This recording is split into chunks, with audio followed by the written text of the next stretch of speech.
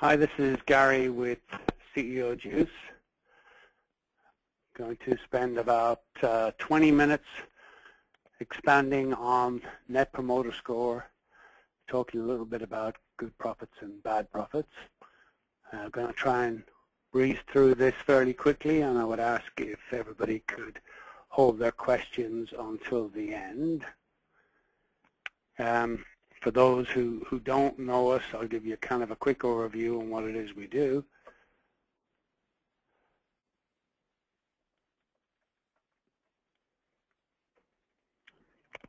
So CEO Juice is all about getting you timely, accurate data to help you make good business decisions.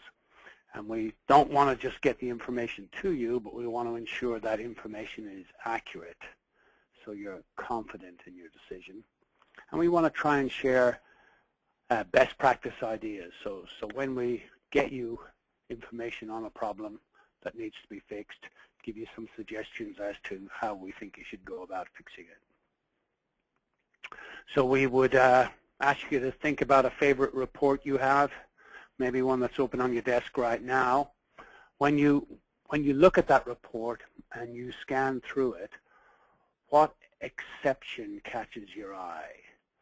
So what is it on there that makes you stop, look at a particular line item and decide to do more research or take some action? And then when you take an action, what is that? Is it typically an email to somebody who entered it, or a request for a follow-up from somebody else? And can we take that action for you? So rather than you having to run a report and look for the exception, can we spot when that exception might occur and then send an email from you to whoever would need to take action for you? So the old way is that you have a service contract and it's up for renewal 1 year in, and you run a contract profit report and trying to make sure that it's accurate, realize that customers losing a whole bunch of money and it's a little bit late to try and do anything about it. The new way, the CEO Juice way, is we email you as soon as the contract starts to lose money, and we send that message to whoever you want to be notified. We make sure that the data is accurate so you're confident in the data, and we can also tell you whether or not that customer is happy. So maybe that contract is losing 10% and needs a 25-30% increase. You know, when you're making that decision about how much to increase, knowing whether the customer is happy or not is an important piece of the equation. This is another example that kind of explains what it is we do. This is a new process that we're just rolling out. We refer to all of our processes by an ID number. This is 593. And this is every time a service call is placed, we're trying to figure out, should you send the service guy, or maybe should you send the sales guy? So if the lease is more than 90% complete, if that particular model has been discontinued, or if service on that particular model has been discontinued, maybe it's doing way more volume than it should be, or maybe it's having way more service calls than it should have, or perhaps it's on the sales guy's forecast list to close next week. So again, how do we make sure that you don't spend a whole bunch of money on that copier only to have it come out of the field and go back to the leasing company? So this presentation is mostly focused around the importance of happy customers, and it's expanding on something called the Net Promoter Score, which we'll cover a little bit more in a moment. But the important statistic here is that bottom one in red. So what does it cost you to acquire a customer? You know, you have all those sales guys that don't quite work out. You have the marketing budget. You have all that other stuff you spend on acquiring a customer. And most of us do not do a very good job of tracking what it costs to acquire a customer. And typically we know that, you know, your average lease is 3 to 5 years, but how many customers stay for a second term or a third term. So knowing, how long does your average customer stay is another important statistic. But Satmetrics, the guys that came up with the Net Promoter Score that we're going to talk about, tell you that a 5% increase in retention, so keeping that customer for 5% longer, can result in a 50 to 100% increase in profit. And that's a really, really important statistic, I think. So the point they're making is when you look at all the costs involved in acquiring a company, then you don't make all that much money back from the customer in the first X amount of time. So it's all in keeping that customer for a little bit longer. So an extra 5%, just keeping them 5%, can get you a 50% increase in profit is a pretty mind-blowing statistic. So Net Promoter Score is something we think every business owner out there should be familiar with, even if you don't decide to implement it. If you Google it, you will find that every corporation is now using this to track customer satisfaction. So CEO Juice has an automated system. You don't have to use our system. You can set it up with SurveyMonkey and do it the manual way. It'll work just as well. So I'm going to walk through our system, but you don't have to go the CEO Juice way. We would just encourage you to focus on it in some fashion. So the Satmetrics system is based on a single question. And what they've determined is that this one question will tell you how happy a customer is. And so it's how likely are you to recommend us to a colleague or friend. And if somebody gives you a 9 or a 10, they consider that they like you, they're fans, they would refer you. There are some people out there who always feel you can do better and therefore will never give you a 10. But 9 or 10, big fans, they like you. They say 7 or 8 is on the fence. So rather than 5 being the midpoint, 7 or 8 is on the fence. They're not sure whether they would recommend you or not. And then 6 or below are the guys that don't like you. So where you think somebody gives you a 6, you might think 6 is a little bit better than 5, a little bit better than the average, so maybe that's not too bad. The Satmetrics guys say that if a customer scores you a 6, that they don't like you, that they're going to say bad things about your company if asked. So what Satmetrics have tried to do is come up with a single number that's easy to understand and that you can get your whole company behind. And so what they do is they take the percentage of people that love you, ignore the guys on the fence, the 7 and 8s, minus the percentage of people that don't like you, and that's your Net Promoter Score.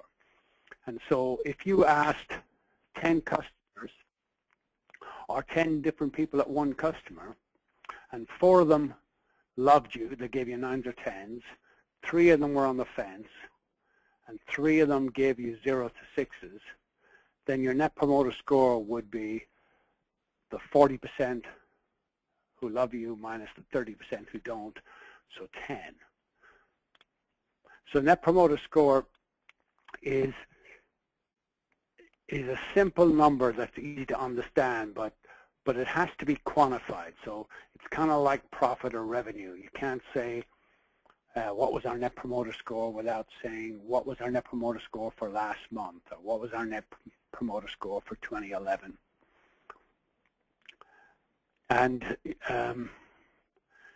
you can look at the Net Promoter Score by customer, by technician, by model, etc. So maybe by manufacturer. How are our customers who have Canon equipment from us doing compared to the customers who have Konica Minolta equipment from us?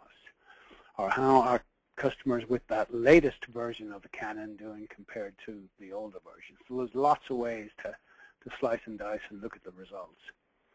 But it's a simple number that the whole company can get behind. And if you want to learn more about this, we would encourage you to read The Ultimate Question, which is the boot that came out with SAP metrics and got the whole thing going. Get version 2. There's 2 versions of it. So in terms of asking that question, obviously surveys are the way to do it.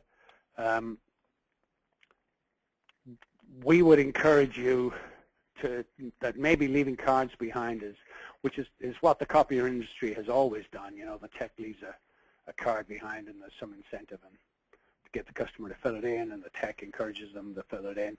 There are options for gaming the system here.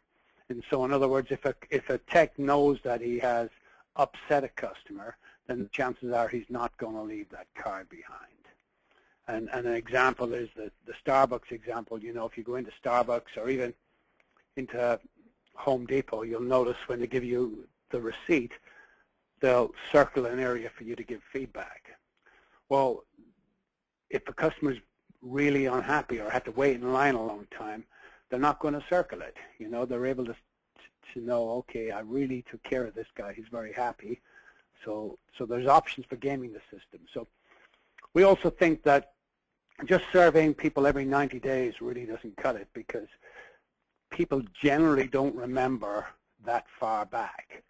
And so you know, we want to survey after every single service call. And lots of people will say, well, that's way too often. But what we find is that if we can add a survey link to a piece of information that the customer is happy to get, that becomes part of the service call process, and then it's there if they need it. So attaching it to a useful piece of information.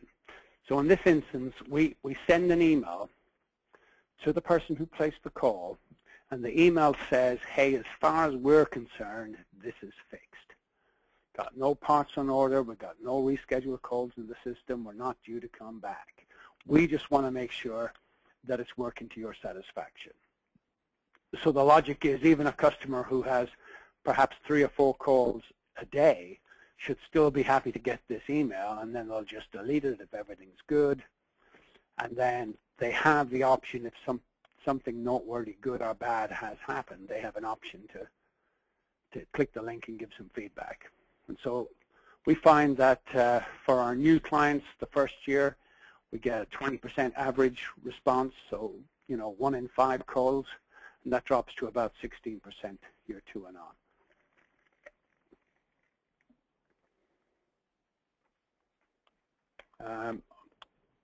We can put lots of other questions in there, not just the Net Promoter Score question. And with our survey system, each of our questions have what we call a target rank, which means we're able to alert you based on how a question is answered. So an example might be, if have a salesperson contact me is answered yes, then within 15 minutes we can send an email to the sales guy on the account. If the question, did our tech call before arriving, is answered no, then we could send an email to the tech with a copy to the tech's manager. Or if the question, would you be interested in putting your printers on the service with us, was answered yes, then we could notify somebody else. So we have lots of options to send tech manager, sales rep manager, or some key contact at your office, or fixed email if all else fails. This is looking at a question that's a little separate from the Net Promoter Score. So, you know, recommend us to a friend or colleague can be influenced by things other than the tech. So if you've not been doing a good job on getting supplies out, or if your billing is always messed up, then maybe you won't score high. But we put a question in there, rate our technician overall. And we feel that that's a good way to assess how good a job your tech is doing in terms of fixing the customer. And so we all know it's important to fix the equipment, but today it's almost more important to fix the customer as well. And being able to see which of your techs are doing both sides of that job is important. So if you look at that top graph, the height of the green bar is telling you the number of survey responses. So we're not looking necessarily for the height of the bar. We're looking to see who's scoring a 10 out of 10. So the guys on the left are all 10s, 9.9s, dropping down to the guy on the right with a low of 8.3. And then, because we know who dispatch was on the call as well as the tech, we can also, if you have multiple dispatch people, we can give you that same response for dispatchers, so rate our dispatcher overall. And we have quite a few of our clients who use these results as part of their bonus programs. So obviously we can get you feedback that we can act on straight away. So for example, the bottom question there is saying, would you want to be notified when the tech is on his way? So we can send an email to say, hey, John has just left our office, should be with you shortly. And 68% of people answer yes to that question, to that bottom question. And then if they answer yes, then we just turn on the process to get them an automated email. Our survey results are all available in an online dashboard. And you can come in here and see which questions have been answered and maybe which questions are being skipped and may need to be reworded. You can see what your Net Promoter Score is. You can see it by month. See how it's trending. You can drill down. And you can see pretty much all of the survey responses from all of your customers. And so we've got a number of salespeople now that will start to use this as a sales tool. So a big chunk of our clients will make it available to the sales team. And when they're going to see a potential customer, they'll say, hey, instead of me getting you 3 references that you know are going to be good, how about I show you all of the responses from all of our customers, good and bad. We think that's a pretty powerful statement. And having a system to measure customer satisfaction and showing that you have a process in place, we feel can be a big differentiator for you. Just about every copier sales guy out there says, hey, we have the best service. And so all the customer here is, hey, we have the same service as everybody else. And as the products become more and more similar, features are pretty much the same. The only thing left to compare is price. So if you're going to have the same service and the same box, then you're always going to be selling on price. And we think if you can show that you have a system in place for measuring customer satisfaction, and oh, by the way, let me show you how our number compares. And so this particular customer is a customer of ours down in Florida, and you can see that their Net Promoter Score is in the high 70s. Well, if you look at Apple, perhaps one of the best loved companies in the States, they have a Net Promoter Score in the low 70s. So to be able to say, hey, not only do we have a system, but we're right up there with the likes of Apple is quite a powerful statement. We will provide a brochure that we will email to you and to the entire company if you'd like it, that will show what your Net Promoter Score were for the month and for year to date and how you stack rank against the rest of the industry. And we encourage you to kind of get the entire company behind this, make it a part of the company meetings. We also think that the Net Promoter Score number is an important number when it comes to doing things like reducing inventory or moving techs around, just saying, you know, what does this do to my customer satisfaction levels? Mentioned earlier, we'll give you your Net Promoter Score on our contract profit alert, where we tell you when a contract starts to lose money, and our low contract profit up for renewal. So it's another important aspect when it comes time to renew contracts. So we have a bunch of other surveys. We try to attach the survey link on most of them to a piece of useful information that your customers are happy to continue to get. Our equipment install survey is one where we send an email out after either a new customer getting new equipment or an existing customer getting more equipment.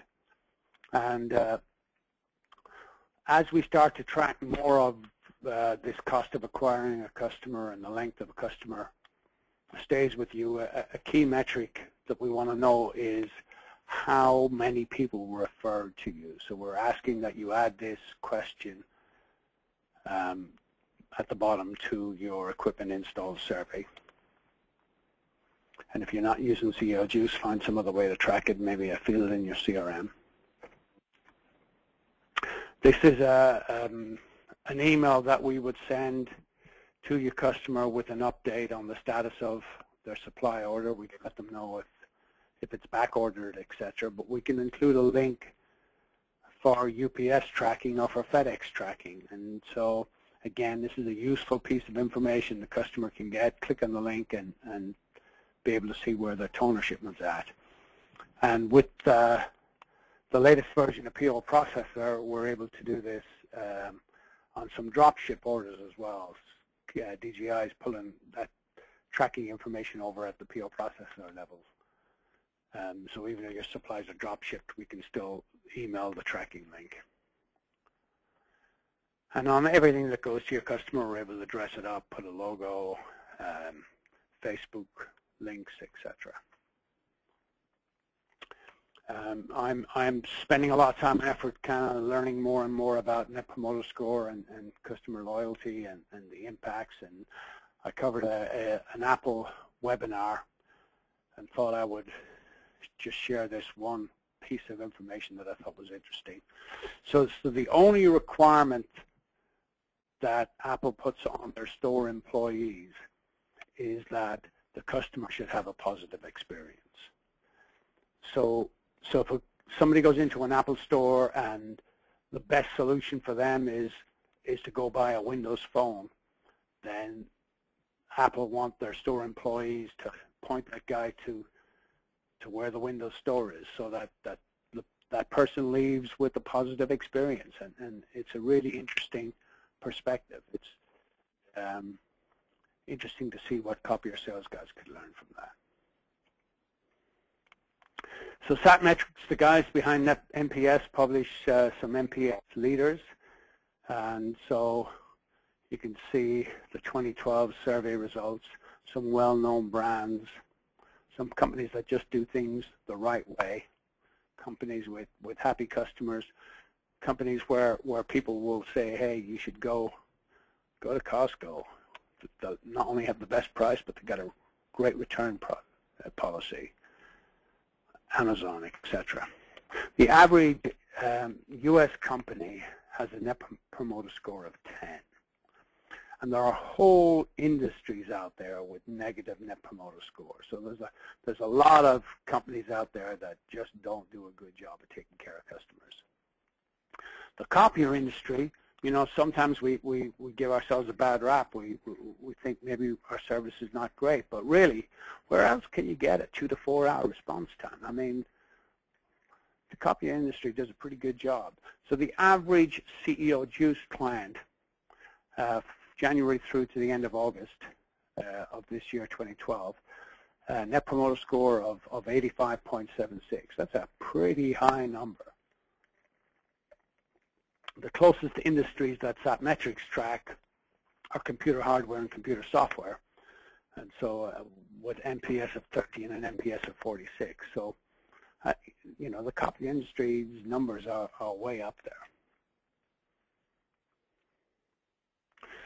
So we started kind of with this whole 5% increase in retention, resulting in a 50 to 100% increase in profit. And one of our plans for next year is to really start to track all of these metrics to be able to really quantify that a little bit better for our industry. You know, what is the cost to acquire a customer?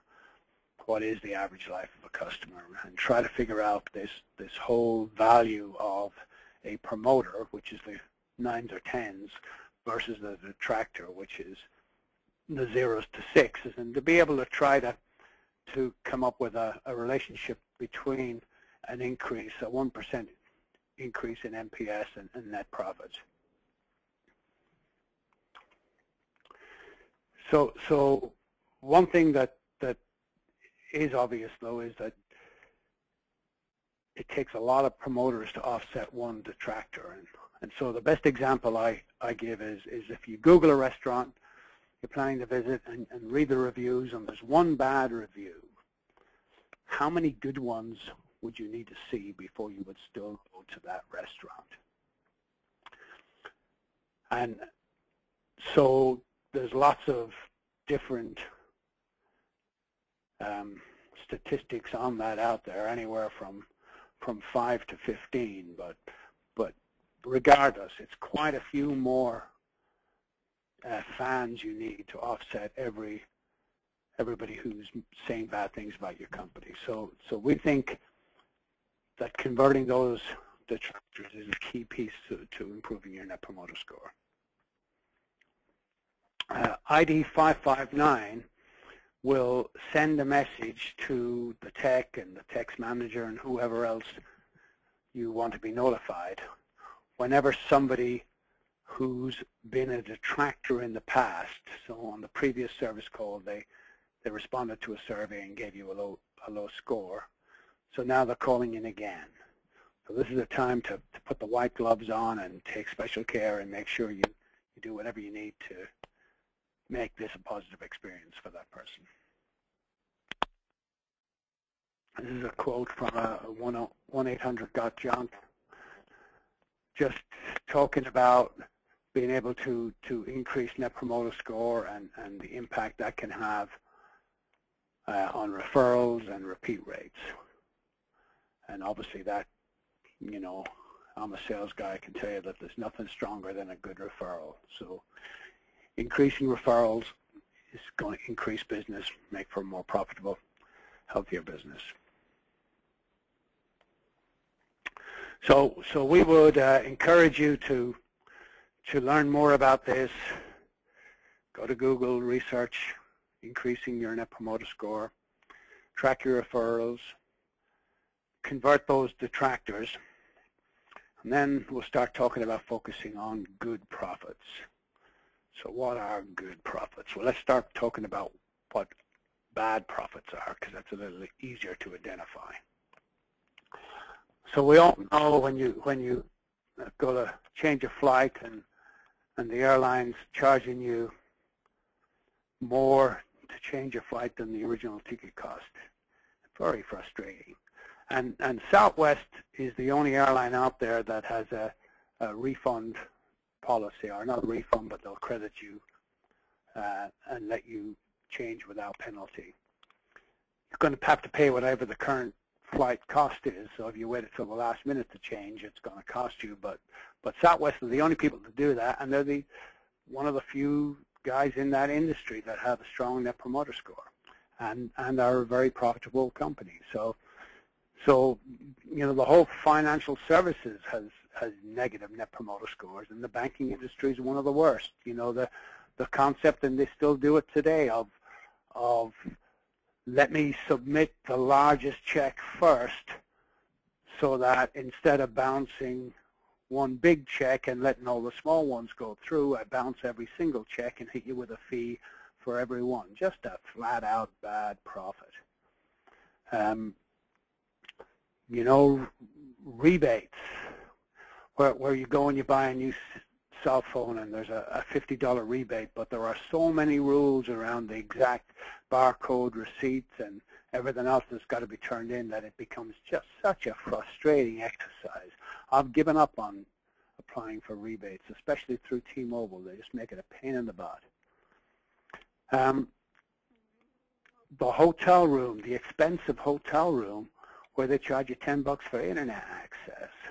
You know, everybody knows that internet access is pretty much, you know, free and should be free, and the cost to the hotel is minimal. And so, you know, it's just a bad profit. It just gets you upset and saying negative things about what might have been a perfectly good stay otherwise. So in our copier industry, we have some bad profits, and so one of the things we want to talk about is what can we do to minimize bad profits. So an example is charging freight on toner orders when you have a supplies included contract. So, you know, you charge $5 or $7 for the toner order and generate a $5 or $7 invoice, but the customer knows that it, you know, costs them $15 to process a single invoice. So it's like, man, you know, just upsets them. The whole underages. So you've got a customer contracted to 100,000 copies a month, but they're only doing 80, or they're only doing 70, or maybe only 50. And what if a competitor gets in there and starts to say, hey, these guys are charging you for services that you're not using?